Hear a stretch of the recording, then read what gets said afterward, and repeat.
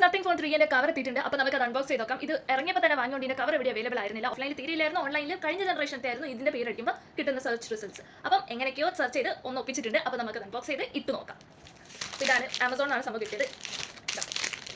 സാധാ ഏതോ ബ്രാൻഡാണ്. എനിക്ക് ഇതിന്റെ ഈ ലൈറ്റ് കത്തുന്ന സ്ഥലത്ത് ഓട്ടം ഉണ്ടായാൽ നന്നായിരുന്നുണ്ടായിരുന്നു. അപ്പോൾ ലൈറ്റ് കത്തുന്ന ഓട്ടം ഉള്ളത് തന്നെയാണ് കിട്ടിയിട്ടുള്ളത്. പിന്നെ ഇവിടെ ഒരു മൈക്രോഫോണിന്റെ ഓട്ടൊക്കെ ഉള്ളതുണ്ട്, ഫ്ലാഷിന്റെ ഓട്ടൊക്കെ ഉള്ളതുണ്ട്. പിന്നെ ബാക്കിയെല്ലാം നമുക്ക് ഇട്ട് നോക്കിയിട്ട് നോക്കാം. ലൈറ്റ് കത്തുന്ന ഓട്ടം ഇല്ലെങ്കിൽ ആ ലൈറ്റിന് ഒരു ഇത് കിട്ടില്ല, അതിങ്ങനെ സ്പ്രെഡ് ആയി പോകും. അപ്പം ഇട്ടിട്ടുണ്ട്, രസമുണ്ട്. അതിൻ്റെ ട്രാൻസ്പെറൻ്റ് ആണെങ്കിൽ ഇതിൻ്റെ ഒരു ലുക്ക് കിട്ടും. Talking about light, light set കേട്ടോ, സെറ്റ്. പിന്നെ ഫ്ലാഷ് ഓൾറെഡി ഒരു എന്താ പറയുക, ഇവിടെ മാർജിൻ ലൈറ്റ് വരുന്ന രീതിയിലാണ് ഇതിൻ്റെ ഫ്ലാഷ് ഞാൻ കാണിച്ചത്. ഇതുണ്ടോ, ഈ ഇത്രയും സ്ഥലം ഈ ഫ്ലാഷ് കത്തുമ്പോൾ ബോർഡും കൂടെ കത്തും. അങ്ങനെയാണ് ഇത് സംഭവം, ഉള്ളിൽ ലൈറ്റ് വരുന്നത്.